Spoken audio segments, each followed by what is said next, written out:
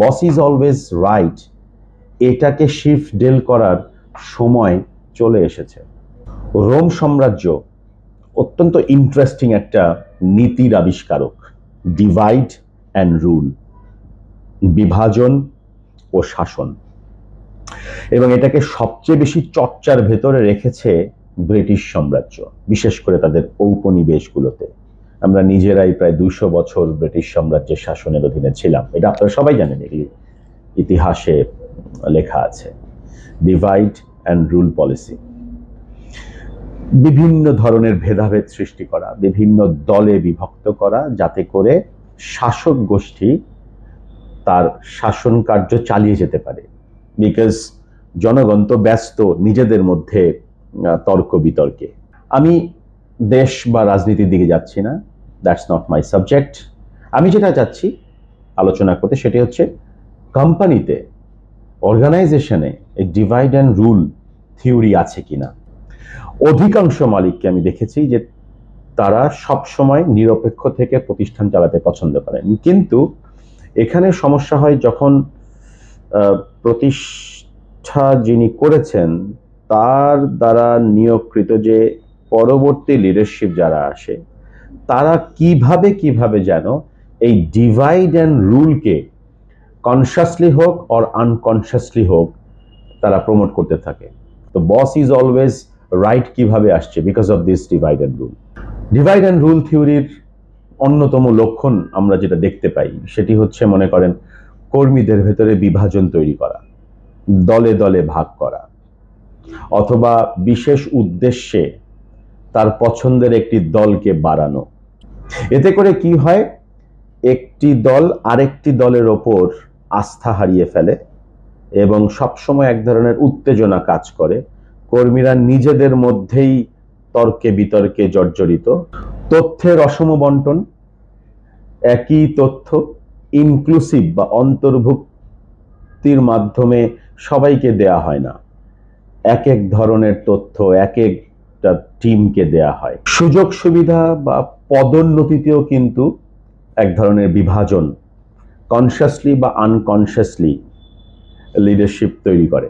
একজন একটু বেশি পাবে আর একজন একটু কম পাবে, তাহলে কি হবে, নিজেদের ভেতরে এক ধরনের প্রতিযোগিতা চলতে থাকবে। আর এই প্রতিযোগিতার ফলে লিডারশিপের দিকে সবাই নির্ভরশীল থাকবে, কারণ কেউ কারো প্রতি আস্থা নাই, কারো প্রতি বিশ্বাস নাই, ইনক্লুসিভ নাই, শেয়ারিং ইকুয়াল না, ডিস্ট্রিবিউশন ইকুয়াল না।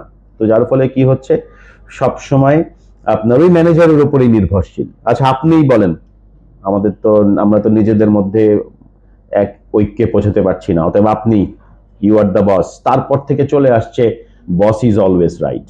সো ডিভাইড অ্যান্ড রুলের সবচেয়ে ক্ষতিকারক দিক যেটা আপনারা এতক্ষণে ধরতে পেরেছেন, সেটা হচ্ছে কর্মীদের মধ্যে মনোবল নাই, তারা একই টিমে কাজ করতে পারছে না, কাজ করেও না, আস্থা নাই, ট্রাস্ট নাই। নাম্বার 3 হতে পারে ভয়, সবসময় একটা ফিয়ারের মধ্যে থাকা, অতএব পারফরমেন্স জিরো। তো ডিভাইড অ্যান্ড রুল ব্রেক করার প্রথম দায়িত্ব হচ্ছে টিমের প্রত্যেকটা মেম্বারের। Let's not fight each other, আসো আমরা একসাথে বসি। সো এই একসাথে বসতে গেলে প্রথম যে জিনিসটা প্রতিষ্ঠানেরও করা উচিত, টিমেরও করা উচিত, সেটা হচ্ছে ট্রান্সপারেন্সি। আসো আমরা স্বচ্ছতার মাধ্যমে যোগাযোগ করি, কারো মনে কিছু না রেখে। বিকজ তুমি জিতলেও আমার লাভ, কারণ কোম্পানি বেনিফিট হলে তো আমারও লাভ। তুমি জিতলেও আমার লাভ, আমি জিতলেও তোমার লাভ। So let's be transparent. Collaboration and coordination is very important. এই ডিভাইড অ্যান্ড রুল থেকে বেরিয়ে আসার জন্য কোঅর্ডিনেশনটা হওয়া খুব গুরুত্বপূর্ণ। যে একটা সিদ্ধান্ত বা একটা সমস্যা থেকে উদ্ধার করার জন্য যে সিদ্ধান্ত নেওয়া হবে, সেটা যেন ইকুয়ালি বসে প্রপার ডেলিগেশনের মাধ্যমে যেন সিদ্ধান্তটা নেওয়া হয়। This is very very important. Inclusive লিডারশিপকে আমাদের বেশি বেশি প্রমোট করা। ইনক্লুসিভ লিডারশিপ কি? ইনক্লুসিভ লিডারশিপ মানে হচ্ছে যিনি বায়াস লিডারশিপকে প্রমোট করেন না, যিনি পক্ষপাত দুষ্ট লিডার নন, বা যিনি পক্ষপাত দুষ্ট এমপ্লয়ি নন, টিম মেম্বার নন, তার মানে আনবায়াসড লিডার যাকে বলি, আনবায়াসড প্রফেশনাল যাকে আমরা বলি, এইটা যদি করা যায় তাহলে বলতে পারি এটা একটা ইনক্লুসিভ অর্গানাইজেশন।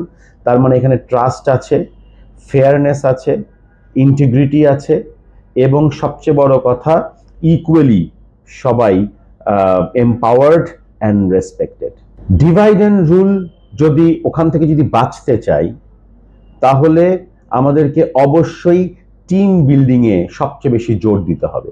আমরা অন্য কোনো দলে নাই, আমাদের দল একটাই, আমাদের দলের নাম হচ্ছে XYZ কর্পোরেশন বা XYZ কোম্পানি। যদি এইটা বিশ্বাস করা যায়, আর এটা বিশ্বাস আনার জন্য প্রতিনিয়ত টিম বিল্ডিং অ্যাক্টিভিটিস করা।